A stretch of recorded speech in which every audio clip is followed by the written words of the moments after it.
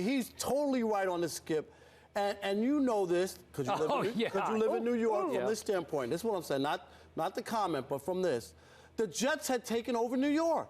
Rex Ryan came in, and right or wrong, with the buzz. People were buzzing about the Jets for the first time in a long time. 2 straight trips to the AFC Championship game. You got this big coach with the big mouth talking, all this stuff going on. Finally, the Jets have made headway. Remember, they haven't won a Super Bowl since 1969. So the Jets do their thing, and then, of course, last year they fall off. And not only do they fall off and not make the playoffs, their arch rival, the Giants, get on a run and win the Super Bowl. Now the Jets are, again, pushed behind the Giants. So how do we get, and when I say we, this is the Jets thinking, how do we get back on the back page? How are we relevant again when the Giants have just won the Super Bowl and now they've won 2 Super Bowls in the last 4 or 5 years? No one's going to be talking about the Jets. So that's why they said, Tim Tebow will at least get us attention. You know ESPN would not have been at Jets camp without Tim Tebow. That's a fact. I agree. Fact, That's right? the only factual thing you've said so far. But you know it. So they were looking at it from the standpoint of trying to get some attention and trying to maybe push Mark Sanchez. I'll give you that, or like give him a little scare or something in the fans. But the Tim Tebow thing was absolutely a publicity stunt. Skip? Look at you. Okay, I'm going to tell you what I told you a long time ago and told you before about I bought 1 poster in my entire life. This was back when I was in high school, and I put it on my bedroom wall, and it was of this guy, Joe Namath, with his hair flipping out of the back of his helmet in his white cleats that shattered the mold of the time, right? Absolutely. But this Joe Namath today has gone a little around the bend.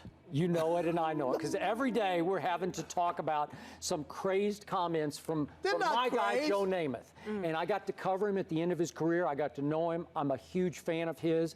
But sometimes he goes a little over the edge with his Jets talk because he is a Jets diehard. And finally, the Jets had to shoo him out the back door. He was an ambassador for the team, paid ambassador. Now they're like, we can't associate with him. Is that like a Reggie Jackson? Yeah, like a Reggie Jackson kind of thing. So, Rob, here's the thing about Joe Namath.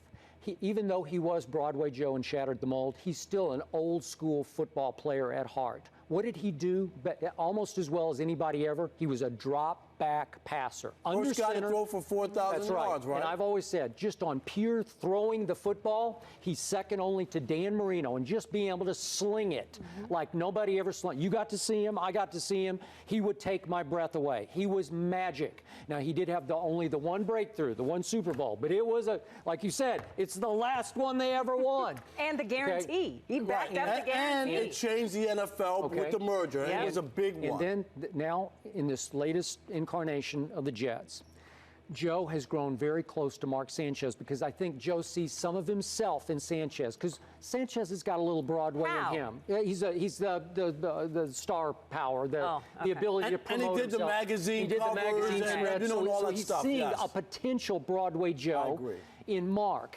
Sanchez, as Rex dubbed him early on.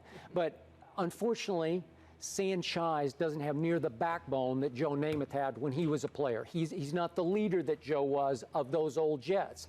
And so in this case, he's fighting against the tide of Tim Tebow, and he's trying his darndest to try to undercut Tebow. First he says that they brought him in just so that teams would have to prepare for the Wildcat week in and week out, which I'll buy that much. That's hard to prepare for. But then he goes, number 2 on his list is it's a publicity stunt. Listen, the fastest way to get on the back page again is to win football games. I'm going to say it again. This quarterback, Tim Tebow, was made for Rex Ryan. It's what he does. It's where he lives. He would have been made for Buddy Ryan because the Ryan family wants to play defense and ground and pound the football on offense. But this is why I don't believe that, because if he's that guy and Rex Ryan really, you want to be bold and you want to be like the greatest coach ever, then you take Mark Sanchez or Sanchez and get rid of him and say you're not the starting quarterback. We got lucky. I think he's on the way out. Okay, but it shouldn't be on the way out if you really believe that the Ryan family, this is what they want to do. Yeah. step out there, be bold, be different, and say, that's fine. I know we just gave Sanchez a new contract. But you got to ease him in. No, why? You got to ease Tebow in with a brand new coordinator. This is your guy. People keep forgetting about Tim Tebow. He's no more farther along in experience than Cam Newton or any of the quarterbacks from last year. Tebow has now started 16 games in the NFL. He's a baby. He's a young player. But there's the part that's different is that when people see him throw, they cringe. Okay. And that's the part that stops people from wanting to buy in that he could be that guy because of it. I'm not going to blow a topic that we're saving for our second hour of this show, but it's from the great Bill Parcells has become a big Tebow fan, and we'll go into that later. But there's a coach, and Bill Parcells, who steps back and says, what can he do as opposed to what he can't do? Well, he can do a whole lot. He can run the #1 rushing attack in pro football and only started in the 6th game of the year. Really? The 6th game of the year? From then on, he made Denver the #1 rushing team in pro football? And had no job despite doing that and winning a playoff game. Nobody wanted him. He had 2 options. Okay. Jacksonville and the Jets. Those are his only options. But the Jets really wanted nobody else was going to tear up their team for Tebow. Okay, why it not? happened pretty late. But I'm just saying, Skip, if you have a he's not everybody's cup of tea. But Rob, the body of work from last year, it wasn't a one-game wonder. If it happened one time, I'd say, okay, you got me, Rob. We got to see a whole lot more of this. He had 6 fourth quarter and overtime comebacks to win games. But you also don't look at all the other bad games that he had mixed in with that. But it's like losing the last 3 games of the year when they needed them to get into the playoffs. Okay. He's a gamer. They backed into the playoffs. He lost to New England, but he played great against New England at home. Trent Dilfer stood on the sideline after the game and looked into ESPN's camera and said, I see the light on Tim. I'm paraphrasing, but he said. It was the light on the top of the camera. No, he saw remarkable strides in Tim Tebow, he said, after that game.